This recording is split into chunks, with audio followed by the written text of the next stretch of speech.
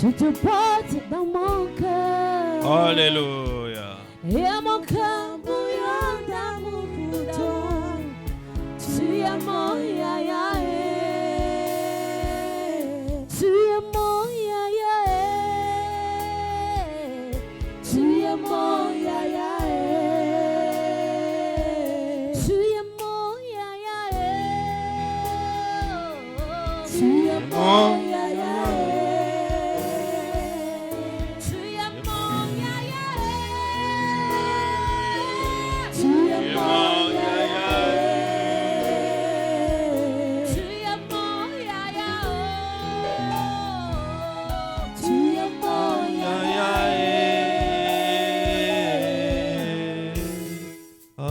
Alléluia. Seigneur Jésus,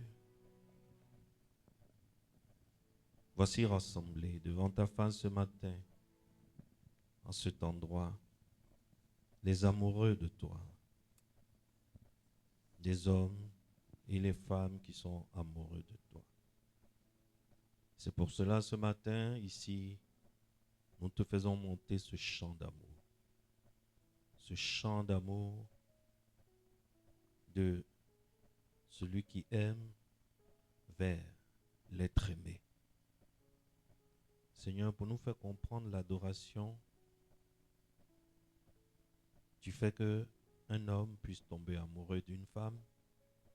Tu fais qu'une femme puisse tomber amoureuse d'un homme. C'est toi qui as institué cela. Et nous tous, à un moment ou à un autre de notre parcours, nous avons expérimenté cette chose délicieuse. Nous avons expérimenté cette chaleur, cette tiédeur qui envahit le corps, qui remplit le sang d'adrénaline, qui fait battre le cœur. Cette sensation qui fait qu'un parfum devient spécial, une voix devient spéciale, une personne devient unique. Quand cette personne est là, tout est plein. Quand cette personne n'est pas là, tout est vide. Et nous l'avons expérimenté le long de notre chemin, le long de notre parcours. Et aujourd'hui, nous t'avons rencontré. Et aujourd'hui, nous comprenons que tu n'as pas créé l'amour entre un homme et une femme au hasard. L'amour qui puisse lier un homme à une femme, cette sensation d'être amoureux, cette sensation de planer sur des nuages, cette sensation d'entendre le rire d'une personne et notre journée tout entière est gagnée. De sentir son parfum quelque part et de se retourner pour dire « Qui sent comme mon être aimé ?» Seigneur, nous sommes ici pour te dire que nous avons compris que la destination finale de l'amour, c'est toi. Le but ultime de l'amour, c'est toi, Yeshua. Tu es celui que Dieu aime. Et Dieu t'aime de tout ton cœur, de tout son cœur, parce que tu n'as pas regardé comme une proie à arracher à être l'égal de Dieu. Et tu es venu sur la terre et tu as enseigné la volonté de Dieu aux hommes. Et tu es resté fidèle jusqu'à la fin. Tu es resté fidèle jusqu'à la mort. Pas n'importe quelle mort. Tu es resté fidèle jusqu'à la mort de la croix. Et tu es rentré dans le tombeau. Et le troisième jour, tu es ressuscité. C'est pour cela que nous sommes amoureux de toi. C'est pour cela que de tout notre cœur, nous sommes tendus vers toi. Et que nous laissons tout ce que nous avons à faire quand nous entendons parler de Jésus. Et que nous dansons de tous nos membres lorsqu'il s'agit de Jésus. Et nous pleurons toutes les larmes de notre corps lorsqu'il s'agit de Jésus. Seigneur, ce que nous sommes venus te demander pour ces derniers jours, nous voulons que cette sensation d'amour quitte le niveau intellectuel pour descendre dans nos vies de chaque jour. Que ce ne soit plus un amour cérébral, mais que ce soit un amour qui s'exprime dans tous les gestes de notre vie. Que ce soit un amour qui s'exprime dans tous les endroits où nous nous trouvons. Afin que même sans prononcer ton nom, les gens nous regardent. Les gens voient notre façon d'agir et qu'ils disent, il est spécial ce monsieur, mais elle est spéciale cette dame. Et que les gens cherchent à s'approcher de nous pour voir ce qui nous rend spécial. Et qu'ils découvrent que c'est notre amour pour Jésus-Christ qui nous rend spécial. Père éternel, voici la Côte d'Ivoire, notre pays. Nous ne pouvons pas finir sans te le présenter. Père, que ton nom soit sanctifié en Côte d'Ivoire et que ta volonté soit faite en Côte d'Ivoire comme au ciel. Seigneur, fais de cette partie du monde l'endroit d'où part le réveil pour embraser la terre entière. C'est dans le nom puissant de Jésus que nous t'avons prié. Amen. Amen. Amen. Amen. Est-ce qu'un amoureux peut dire, je t'aime, tu le sais. Je te porte dans mon cœur. Je veux entendre un amoureux s'exprimer ce matin.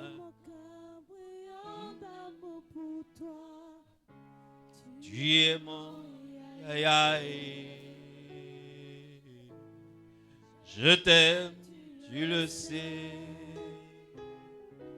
Je te porte dans mon cœur. Et mon cœur bouillonne d'amour pour toi. Tu es mon Est-ce qu'on peut acclamer pour notre amoureux, pour notre Yaya, pour Jésus-Christ de Nazareth? Ce n'est pas pour le pasteur, tu ne peux pas rester assis. C'est pour Jésus-Christ de Nazareth, c'est pour le roi des rois, le Seigneur des seigneurs, le Dieu trois fois saint, le juste et l'adorable, l'étoile brillante du matin, le bon berger, la lumière du monde, le propriétaire de toutes choses, celui pour qui toutes choses ont été créées et celui par qui toutes choses ont été créées et toutes choses existent par lui. Alléluia. Le dimanche dernier, nous étions en train d'avancer sur un sujet très très très important. Le dimanche dernier, nous avons vu que l'appel que le Seigneur Jésus-Christ, le Maître Jésus-Christ, a lancé à quiconque veut le suivre, c'est de devenir membre d'une église ou bien c'est de devenir son disciple. C'est de devenir quoi? Son disciple. N'est-ce pas? Donc, l'appel, ce n'est pas pour devenir membre d'une église. C'est vrai, oui, il faut être membre d'une église. La Bible dit qu'il faut se réunir en assemblée une fois par semaine. C'est Dieu même qui a institué ça depuis les temps anciens. Mais être membre d'une église, ce n'est pas suffisant. Jésus-Christ, ce n'est pas les membres d'église qu'il cherche. Jésus-Christ, il veut que tu deviennes membre d'une église, mais ensuite que tu évolues pour devenir son disciple. Obligatoirement. Ensuite, nous avons dit que être un disciple, ça a un coût.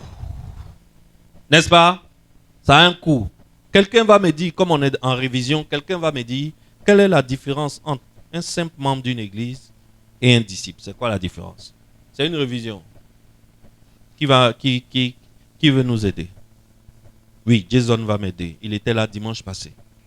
Et je lui ai dit de prêcher le message à sa maman. Maman, est-ce qu'il t'a prêché le message? Il n'a pas eu ton temps. Jason, donne-moi la différence entre un simple membre dans une église et un disciple. D'accord, papa. Déjà, bonjour à tous. Voilà. Bon, déjà, merci pour la parole. Donc, la différence entre un simple membre d'une église et un disciple. Déjà, le disciple, c'est celui qui s'abandonne entièrement à Jésus.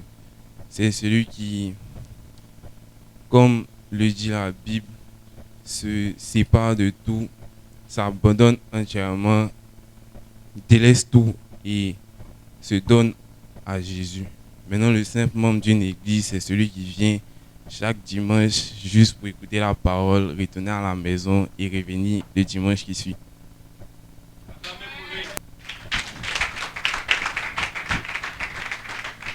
Quand tu l'entends parler, tu sais que c'est mon fidèle. N'est-ce pas? Il utilise les mêmes mots que moi. N'est-ce pas? L'affaire de Jésus-Christ là, tu sais, les gens, affaire d'église là, les gens valident ça comme une simple case à cocher sur un formulaire. Tu vois, non? Alors que Jésus-Christ et l'appel qu'il est venu pour nous lancer, c'est un appel à la vie, à la mort. Qu'est-ce que ça veut dire? Si tu vois que le gars l'a quitté au ciel, il est venu sur la terre en s'incarnant comme un homme. Il a vécu parmi nous pendant 33 ans et demi. À la fin de sa vie sur la terre, il a tout perdu. Il a perdu même sa vie. Et il n'est pas mort de n'importe quelle façon. Il est mort de la plus vilaine des morts qui existait à cette période.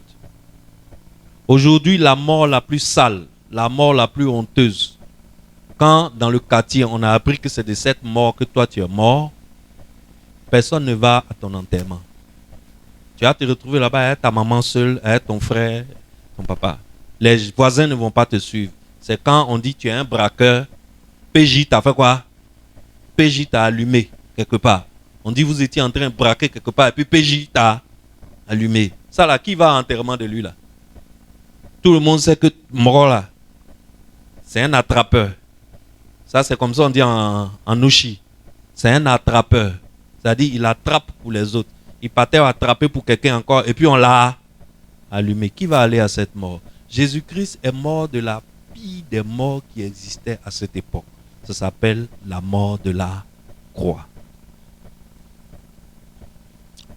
Pourquoi il est descendu sur la terre? Qu'est-ce qu'il est venu faire sur la terre pendant 33 ans? Quel est le message qu'il a libéré? Quel est l'objectif qu'il recherchait? Et pourquoi il s'est laissé tuer par des gens que lui-même il a créés?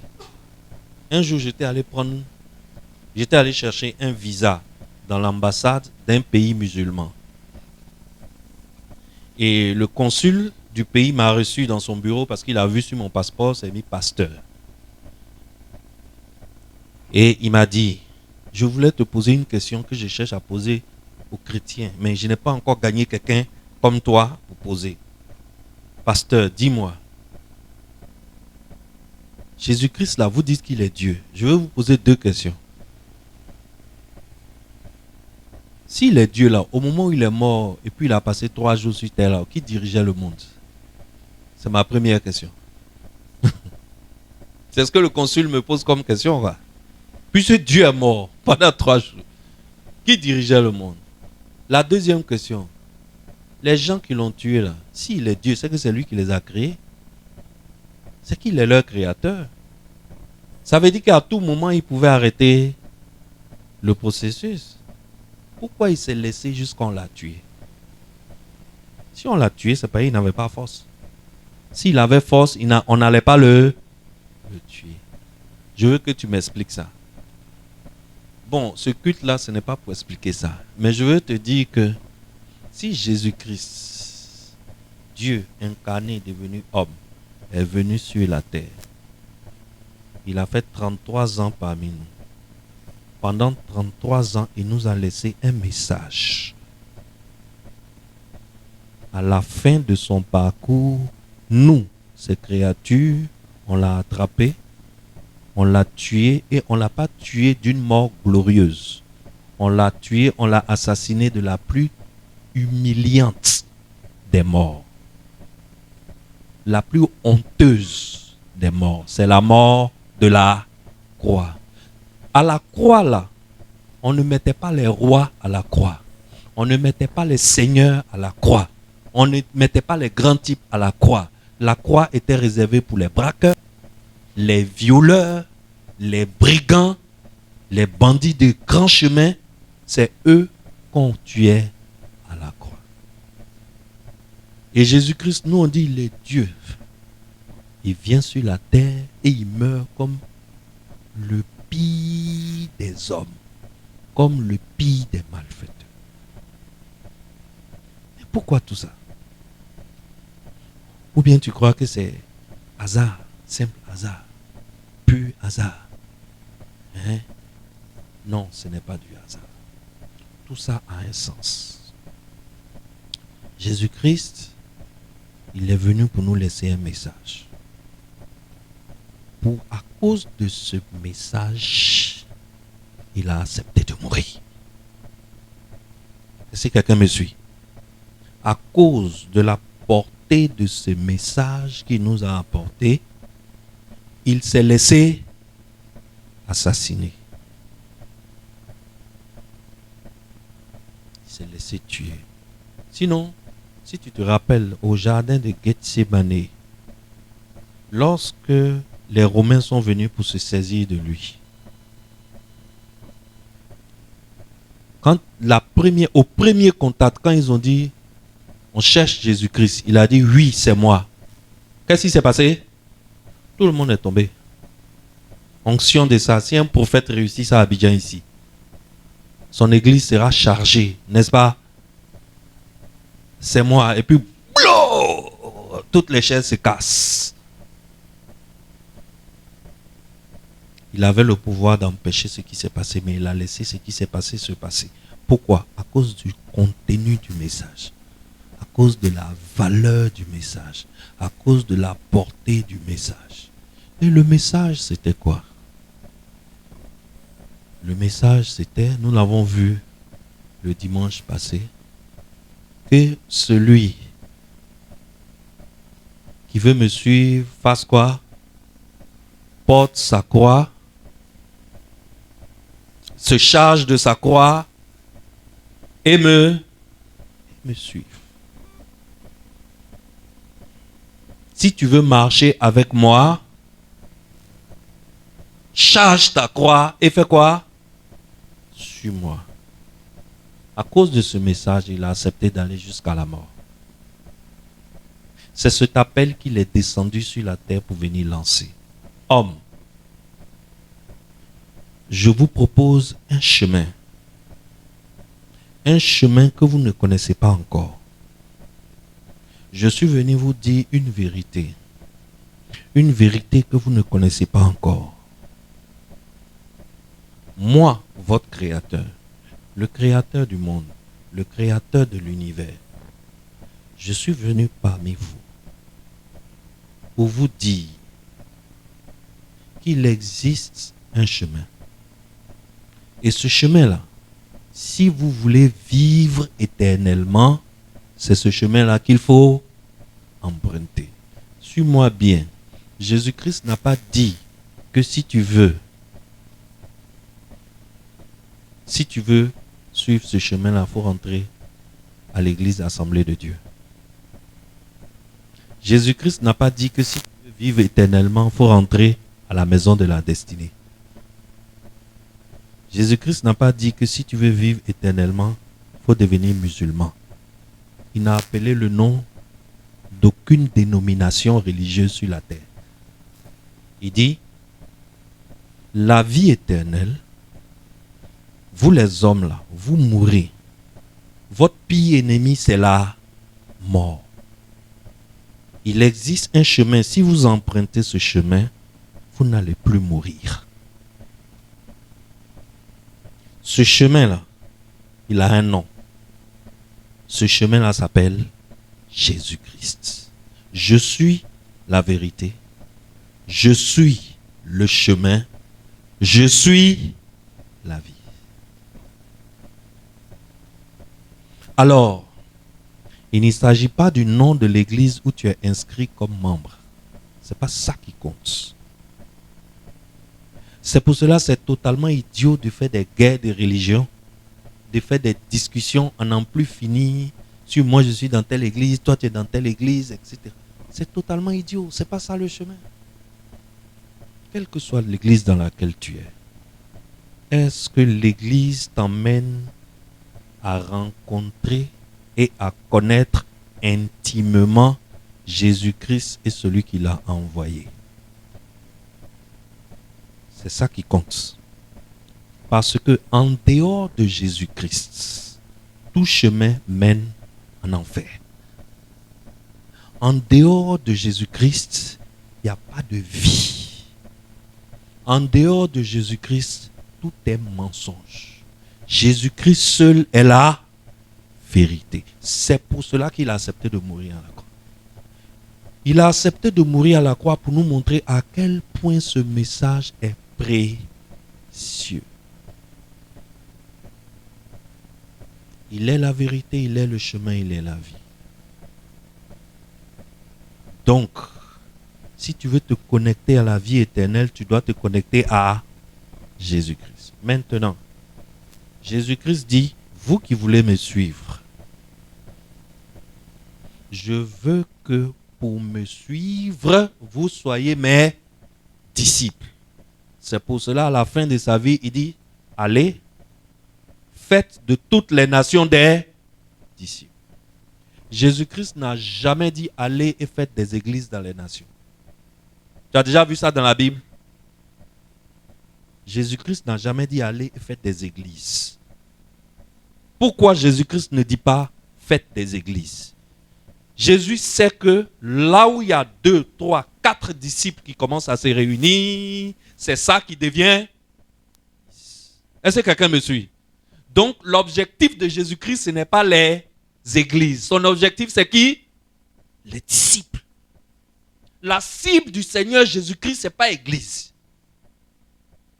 Pour qu'un homme aujourd'hui se batte pour église, pour dire que moi, mon église est bonne, pour toi est mauvais, ce n'est pas ça la cible. Il ne s'agit pas de ça.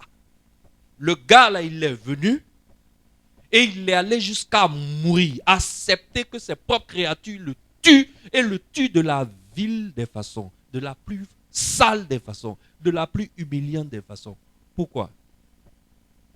Parce que c'est lui qui est la vérité, c'est lui qui est le chemin, c'est lui la vie. Et il veut attirer notre attention sur lui et non sur l'église.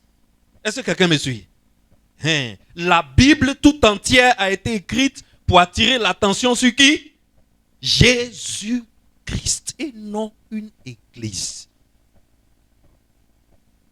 Alors, la chose centrale dans l'affaire d'église, là, la chose centrale, c'est si Jésus-Christ est au centre. Ton église est valide. Ton église est acceptée si et seulement si Jésus-Christ est au centre. Quel que soit le nom de ton église, ça ne nous intéresse pas. Est-ce que Christ est au centre? Tu viens, si moi, Kodjo, je remarque que ton église, Jésus-Christ est au centre, si tu viens m'appeler pour prêcher là-bas, je vais prêcher. Je vais prêcher. Je m'en fous du nom. Est-ce que quelqu'un me suit? Maintenant, ce Jésus-Christ-là, il dit, bon, maintenant que vous avez accepté de me suivre, c'est bien. C'est bien. Mais ce que je veux que vous deveniez, parce que personne ne naît disciple. On devient disciple. Je veux donc que chacun d'entre vous devienne un disciple. Voilà ce que Jésus-Christ veut. Maintenant, nous, dans l'église d'aujourd'hui, on a tordu le message du Seigneur. Nous, on veut être quoi? Membre de l'église. Ça veut dire quoi? Tout le monde sait que mon église, c'est la maison de la destinée, le temple gloire de Benjamin. C'est là où mon nom est écrit dans leur base de données. J'appartiens à cette église, je participe aux activités de cette église. Dimanche là, quand je vais écouter le message là, c'est là-bas que je m'en vais. Mon pasteur s'appelle le pasteur Jules Kodjo Dotsu. C'est lui qui est mon pasteur. Et puis voilà où notre affaire de Dieu s'arrête. Le pasteur prêche, on écoute, on acclame quand ça fait acclamer, on pleure quand ça fait pleurer, on se lève, on fait offrande, on s'en va à la maison. C'est fini. Notre affaire de Dieu est finie.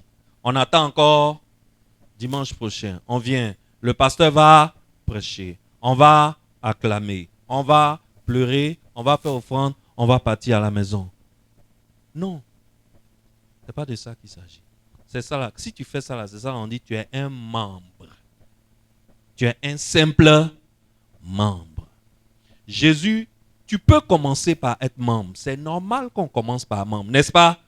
C'est normal qu'un matin, tu vois une église, le message qu'on prêche là-bas te plaît, tu demandes à adhérer à l'église, on te baptise, tu deviens membre de cette église. C'est normal.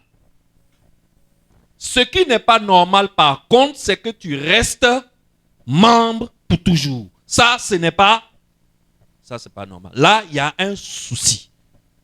Parce que Jésus-Christ ne cherche pas à former des membres, il cherche à former des disciples. On va lire notre texte de base de ce matin. Notre texte de base de ce matin, c'est Jean 21. On va lire ensemble notre texte de base. Jean chapitre 21, le verset 15 à 17. Après qu'ils eurent mangé, Jésus dit à Simon-Pierre, « Simon, fils de Jonas, m'aimes-tu plus que ne m'aiment ceux-ci » Il lui répondit, « Oui, Seigneur, tu sais que je t'aime. » Jésus lui dit, « Paie mes agneaux. » Il lui dit une seconde fois, « Simon, fils de Jonas, m'aimes-tu » Pierre lui répondit, « Oui, Seigneur, tu sais que je t'aime. » Jésus lui dit, « Paie mes brebis. » Verset 17. Jésus lui dit pour la troisième fois, « Simon, fils de Jonas, m'aimes-tu » Pierre fut attristé de ce que Jésus lui dit pour la troisième fois, « M'aimes-tu » Et il lui répondit, « Seigneur, tu sais toutes ces choses. Tu sais que je t'aime. » Jésus lui dit, « Paie mes brebis. » M'aimes-tu? Paie mes agneaux. M'aimes-tu? Paie mes brebis. Une deuxième fois. M'aimes-tu? Paie mes brebis. Une troisième fois. Qu'est-ce que Jésus est en train de dire à Pierre? Jésus est en train de dire à Pierre qu'il existe quelque chose de fondamental avec laquelle il mesure si quelqu'un l'aime. Est-ce que quelqu'un me suit? Quel est le chant qu'on a chanté tout à l'heure avant de commencer? Je t'aime, tu le sais. Je te porte dans mon cœur. Et mon cœur déborde, bouillonne d'amour pour toi. Tu es mon yayaï. Ah. Ce verset biblique-là nous dit, pour que Jésus détecte qu'il aime, pour que Jésus sache si tu l'aimes, il y a quelque chose que tu dois faire. Lui, Jésus, pour qu'il sache si tu l'aimes ou non, il y a quelque chose qu'il regarde. Quelle est la chose qu'il regarde pour savoir si tu l'aimes? Tu dois faire quoi? Il y a quelque chose que tu dois faire. Tu dois faire quoi? Paître ses brebis. Ah! Que veut dire paître? Adia, le professeur de français. Paître veut dire quoi? Nourrir, garder, prendre soin d'eux, entretenir, chérir, protéger, etc., etc. Jusqu'à ce que la brebis devienne quoi? Jusqu'à ce que l'agneau devienne quoi? Le premier c'est agneau, paie mes agneaux. Ensuite, paie mes brebis. Et enfin, paie mes brebis. C'est agneau qui devient brebis. En fait, agneau là, c'est membre. Dis-moi amen. Est-ce que quelqu'un me suit? Agneau là, tu es membre. Tu viens d'adhérer à une église. Ton nom est inscrit dans la liste des membres de l'église. Le pasteur sait que tu es son fidèle. Toi, tu sais que voici ton pasteur. Il y a des activités dans cette église. Par exemple, le samedi prochain, on va avoir ici la conférence des femmes de valeur. Le but de la conférence, c'est de prendre une femme qui n'a pas de la valeur et de la transformer en femme de valeur. Ça, c'est une activité de l'église. Tu participes à ça. Maman pasteur dit, je veux que chacun invite 3 femmes. Tu invites 3 femmes. Alléluia. Bravo. Tu es en train de participer aux activités de l'église. Mais jusqu'à présent, là, Tanti, tonton, tu es quoi? Tu es quoi? Agneau. Tu es agneau. Tu es membre. Tu viens d'arriver dans le système. Tu es nouveau dans le système. Et les agneaux, là, ils boivent du lait. N'est-ce pas? Ils têtent. Mais on doit te former jusqu'à ce que demain, toi aussi, tu deviennes une brebis pour nourrir un nouveau agneau. Est-ce que quelqu'un me suit? Alors, Jésus-Christ dit, la chose qu'il regarde pour savoir si quelqu'un l'aime. C'est pour ça qu'il dit le chant là. Faites attention quand vous chantez le chant. Parce qu'il ne faut pas chanter pour chanter. Quand tu chantes là, est-ce que Jésus est d'accord avec toi quand tu chantes? Je t'aime, tu le sais. C'est facile à dire je t'aime. Il faut demander à une femme aujourd'hui le nombre de fois on lui dit je t'aime dans la journée. Il suffit qu'une femme ait la viande là où il faut. Les mollets comme il faut. Une taille élancée, un teint un peu clair façon là. Le nombre de fois qu'on lui dit je t'aime dans la journée, c'est beaucoup, hein. Adé, toi-même les gens doivent te fatiguer. Mais toi tu es la lumière.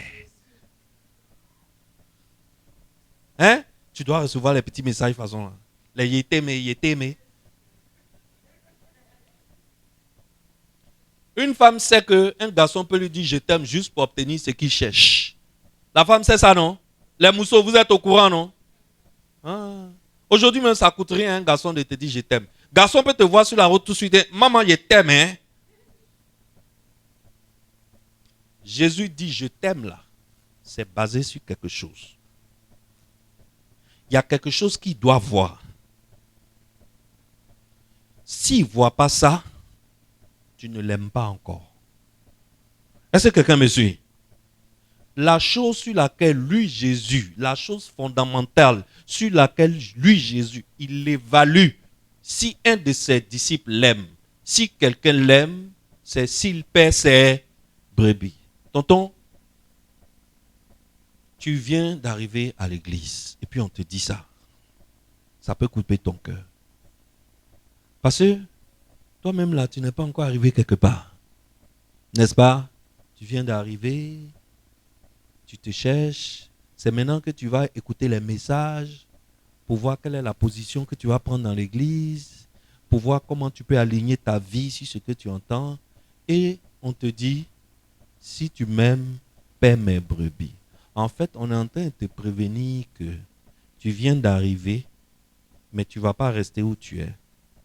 Tu viens d'arriver dans un système où il faut progresser. Il faut progresser. Jusqu'à ce que tu deviennes à ton tour quelqu'un qui nourrit les autres. Est-ce que quelqu'un me suit? Jusqu'à ce qu'à ton tour, tu deviennes quelqu'un qui nourrit les autres, qui prend soin des autres, qui entretient les autres, qui garde les autres. C'est ça la différence entre le disciple et le membre. Parce que ce n'est pas facile pour quelqu'un de laisser ses propres problèmes qui ne sont pas petits. Est-ce que tes problèmes-là, c'est des petits problèmes? Chacun ici a un problème.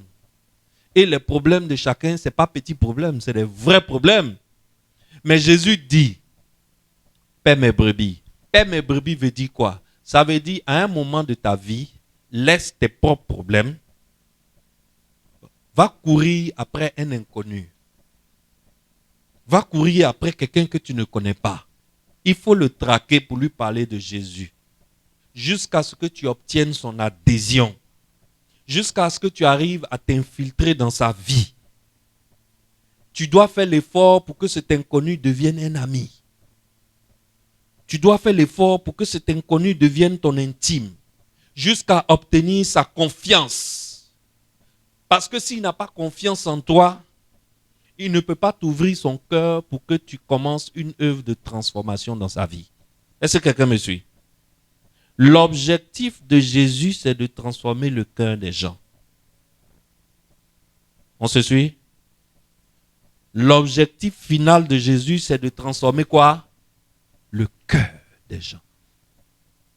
Et pour transformer le cœur des gens, Jésus-Christ n'a pas fabriqué un médicament miracle. Quand tu donnes à la personne, il boit, son cœur est transformé.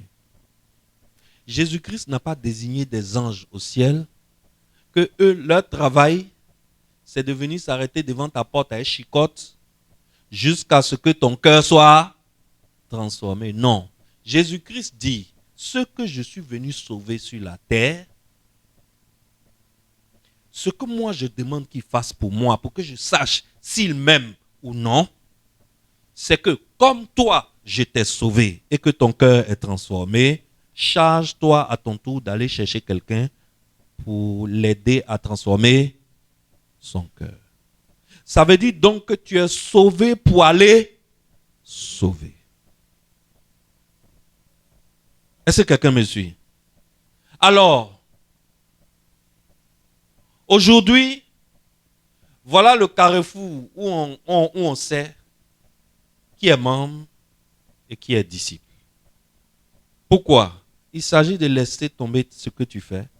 On n'a pas dit qu'il faut laisser tomber le travail que tu fais. Je vous ai expliqué dimanche passé. Ce qu'on demande de vous, c'est un système d'équilibre. Tu dois gagner ta vie, mais Jésus-Christ veut aussi que tu gagnes des âmes. Parce que c'est à ça qu'il va savoir si tu l'aimes ou non. C'est ce qu'il était en train d'enseigner à Pierre. Or, en enseignant à Pierre, il est en train de s'adresser à tous ceux qui sont ses disciples. C'est à ce carrefour-là que beaucoup de membres préfèrent jeter l'éponge.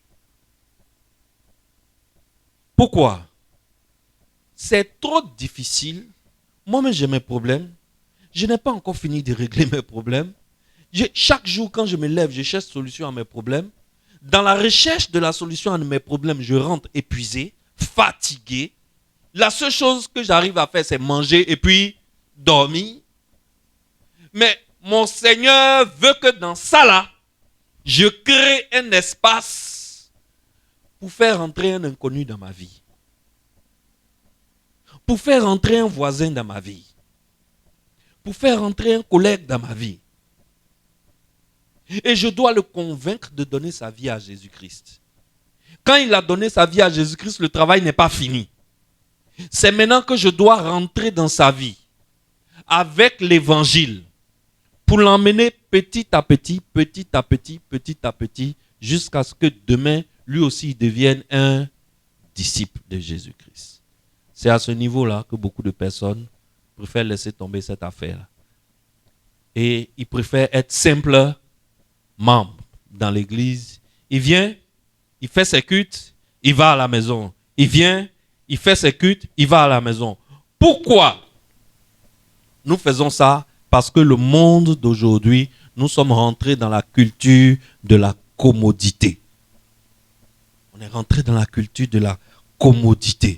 Aujourd'hui, le monde est tel que il est plus facile d'attirer les gens et de les maintenir dans un endroit à travers le divertissement que de former des disciples. Vrai ou faux? Il est plus facile si tous les dimanches, ici là, on faisait Zouglou en live. Hein, Adé? Si tous les dimanches, on faisait venir un orchestre de Zouglou. Ici. Aïe, gogo, yo. Aïe, gogo, yo. Et puis, on est d'accord. Baclo, baclo, baclo, baclo, baclo, baclo. Il y a bandit, il y a du vin, il y a tous les... Qu'est-ce qu'il y a autour? Et puis on faisait ça ici tous les dimanches. Actuellement, il n'y a plus place ici. Tu es d'accord avec moi? Actuellement, il n'y a plus place ici. On aurait déjà pris un endroit beaucoup plus grand. Il est plus facile d'attirer les gens et de les maintenir par le divertissement que de les attirer et de les maintenir par le discipulat. Alors, beaucoup de gens trouvent que c'est trop difficile. Effectivement, c'est difficile. Si un pasteur dit que ce n'est pas difficile, il ne dit pas la vérité. Parce que apprendre à devenir disciple toi-même, ça te prend du temps. Ensuite, aller chercher quelqu'un pour le transformer en disciple, ça te prend encore plus de temps. Ça te coûte tes loisirs. Ça te coûte tes divertissements. Ça te coûte ton argent. Ça te coûte même parfois ton temps de repos, ton temps de sommeil. À l'heure où tout le monde dort, toi tu cherches la présence de Dieu.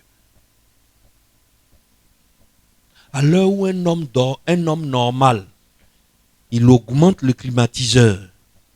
Et puis il prend le drap, il fait quoi? Il tire, et puis il se met bien au fond de son lit, et puis il ronfle. C'est en ce moment, toi, tu coupes le climatiseur, tu sors de ta chambre, tu vas dans ton war room, dans ton coin de prière, et puis tu es à genoux. Je t'aime, tu le sais. Je te porte dans mon cœur. Tu es seul avec Dieu. Il n'y a personne à côté. S'il y a un voisin de l'autre côté qui entend ta voix et dit, le papa là, il fait quoi? Ah, il est en train de prier. Et à l'heure là, lui prie déjà. C'est un homme de Dieu. Hein? Ah, vous êtes bien haut. Moi, je dors. Ça te coûte tout ça pour devenir disciple. Et le monde aujourd'hui est un monde taillé et façonné pour le divertissement.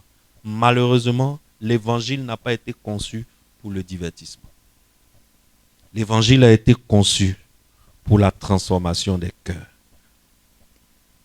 Devenir disciple, ça a un coût élevé. Excellence. Ça a un coût élevé. Et il faut savoir que quand on est disciple, le disciple, il est toujours éprouvé. Il est toujours éprouvé. Alors, voici la différence entre un membre et un disciple. Le membre, il fréquente une église.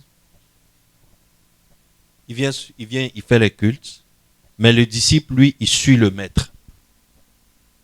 Le membre, il assiste aux activités de l'église. Mais le disciple, lui, il sert pendant les activités de l'église. Le membre, il se nourrit seulement. Mais le disciple nourrit aussi les autres.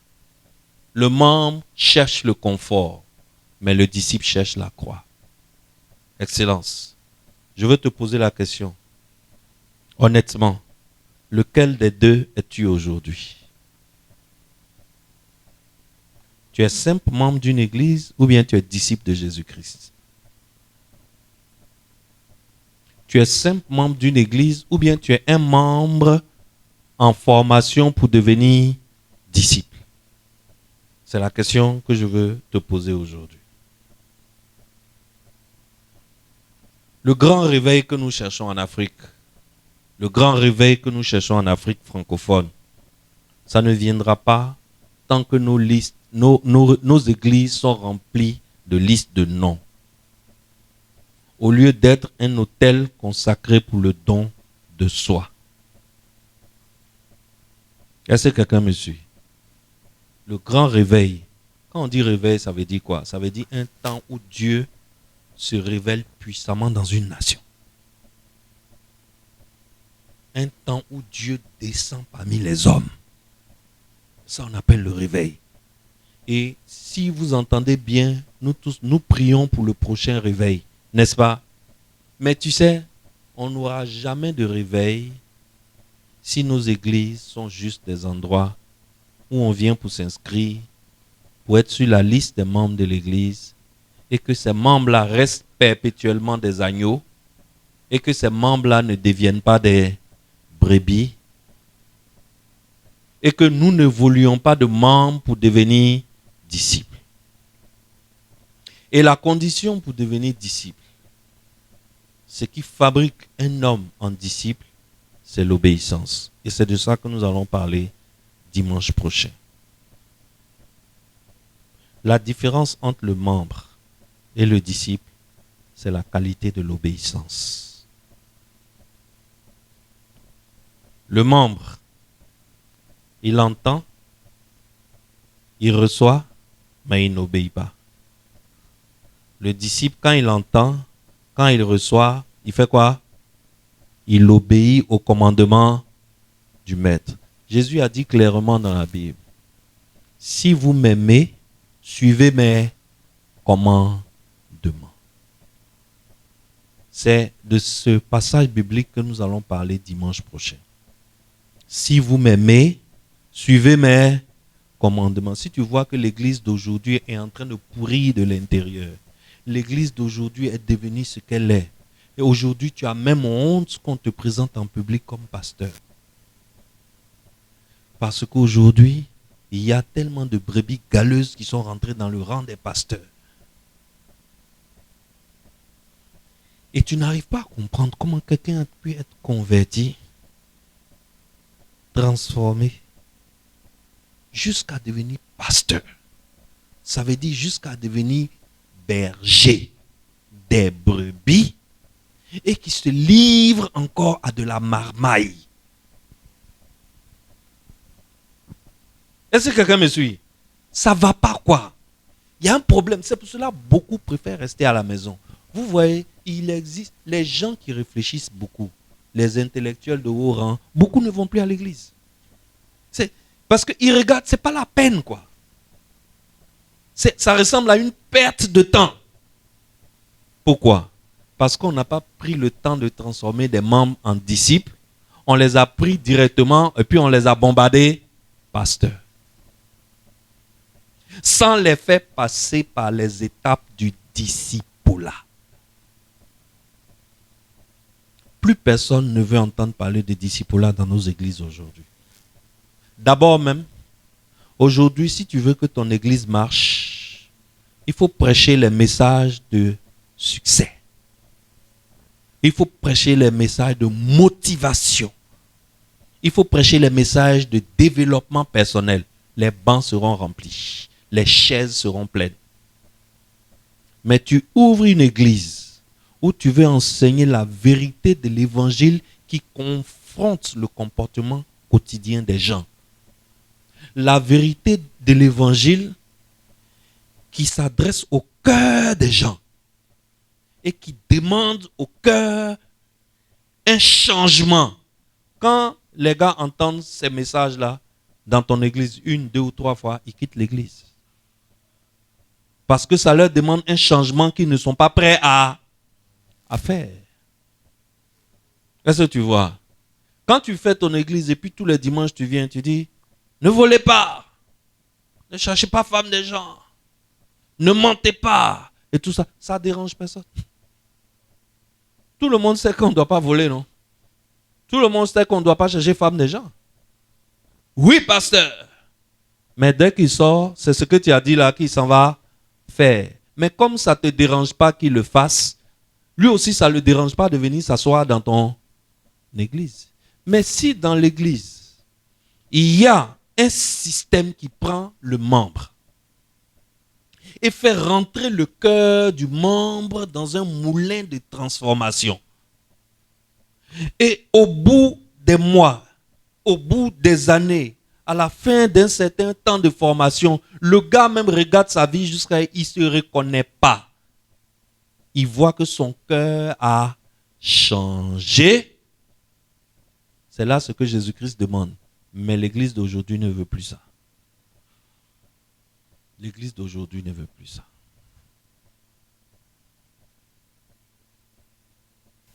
Alors, Jésus a dit, si vous m'aimez, suivez mes commandements. Nous allons parler de ça le dimanche prochain. L'obéissance. L'obéissance du disciple. Amen. Alors, que Dieu vous bénisse. On a fini pour aujourd'hui. Je veux que cette semaine, toute cette semaine, nous avons fini le jeûne la semaine dernière, n'est-ce pas? La semaine dernière était une semaine sainte. On a fait la veillée le vendredi. Ceux qui étaient là le vendredi ont su qu'ils ont fait une rencontre spéciale avec le Saint-Esprit. Ceux qui n'étaient pas là le vendredi, on est désolé, il fallait juste être là. Il fallait juste être là. Ça là, ce qui s'est passé le vendredi là, on ne peut pas fabriquer ça pour toi seul. Il fallait juste être là. Et je veux que toute cette semaine, tu réfléchisses à cette question que je t'ai posée. Honnêtement, actuellement, qui es-tu? Es-tu juste membre d'une église ou bien tu es disciple? Ou alors tu es disciple en formation. Nous, dans cette église, nous avons un système de formation des disciples. Il existe dans cette église un cheminement qui permet à n'importe quel membre lambda de devenir disciple du Seigneur Jésus-Christ. Mais on ne peut le faire que si tu as la volonté. Parce que ça demande du temps. Ça demande que tu sois disponible. Et ça va te coûter. Ça ne veut pas dire qu'on va te faire payer. Mais, mon frère, l'évangile n'est pas quelque chose de confortable. Ce n'est pas quelque chose de confortable. Alors ma prière pour toi, c'est que quand tu arrives ici dimanche prochain, tu puisses me dire, pasteur, peut-être que je ne suis pas encore disciple, mais je veux me disposer, je veux me libérer, je veux que vous fassiez de moi un disciple. Nous, on a cette possibilité ici. Et c'est ce que cette église fait. En fait, ce que tu vois, on fait le dimanche ici, là, c'est que la célébration. Le vrai travail de cette église, ça se passe en semaine. Le vrai travail, c'est que nous passons toute la semaine à essayer de transformer la vie des gens. Et dimanche, on vient se mettre en place ensemble pour adorer. Il est l'heure. Nous allons nous séparer sur ces entrefaites. Nous avons fini pour aujourd'hui. Que Dieu bénisse son peuple. Que cette semaine soit un temps de réflexion. On vient de finir un temps de jeûne. Normalement, juste après le jeûne, c'est le sabbat. Le sabbat, c'est quoi? Le sabbat, c'est le temps où tu prends pour te mettre à part, pour te disposer, pour réfléchir. La rencontre spirituelle que tu as eue pendant le jeûne, là, quelles sont les conséquences directes sur ta vie de chaque jour? Alors, qui es-tu? Tu es membre ou bien tu es disciple? Qui veux-tu être? Qui tu es aujourd'hui, ce n'est pas grave. Mais qui veux-tu être? C'est ça qui est important. Qui veux-tu être? Tu veux rester membre ou bien tu veux devenir disciple? Tu veux rester agneau ou bien tu veux devenir brebis? Tu veux seulement te nourrir sans un jour nourrir les autres? Que Dieu t'inspire pendant cette semaine. Et dimanche prochain, nous sommes ensemble. Amen. Amen. Amen. Alléluia. Avant de vous laisser, le message que j'ai pour vous, c'est que le vendredi, on a fait un appel, une action prophétique très très forte. On a fait une action prophétique très très très très forte le vendredi. Tu n'étais pas là, mais moi je suis un gars bien. Je vais te faire participer. Il s'agit de quoi? Le prophète qui était avec nous vendredi nous a demandé que chacun parmi nous, celui qui le veut, c'est volontaire. Tonton, c'est volontaire. On ne t'oblige pas, on n'oblige personne. Mais celui qui le veut, nous voulons refaire la peinture de l'église. On nous a donné un budget de 751 000. Et le prophète a demandé que ce ne soit pas une seule personne qui prenne toute cette grâce. Le prophète a demandé que tous ceux qui le veulent, qui veulent participer à cette grâce, tu prends une enveloppe et ce que ton cœur, Dieu te met à cœur. Je t'ai dit tout à l'heure que être disciple, ça coûte. Ça va te coûter aussi ton argent. Ça coûte. Tu veux participer à cette grâce, c'est-à-dire avoir toi aussi une goutte de ton sang dans la peinture de ce bâtiment que nous utilisons comme église. Tu prends une enveloppe. Si c'est 10 000, si c'est 20 000, si c'est 30 000, si c'est 50 000, ce que Dieu t'a mis à cœur, tu mets dans l'enveloppe et tu ramènes. Le dernier délai, c'était le 14 août, non? Ou bien le 31 août? C'était quand?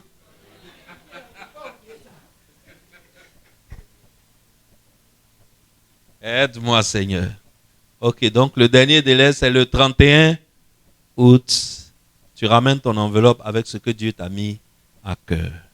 Voici les enveloppes dans la main du pasteur Jacques. C'est volontaire. On ne t'oblige pas. Si Dieu te parle, tu viens voir le pasteur Jacques, il va te donner une enveloppe. Que Dieu vous bénisse.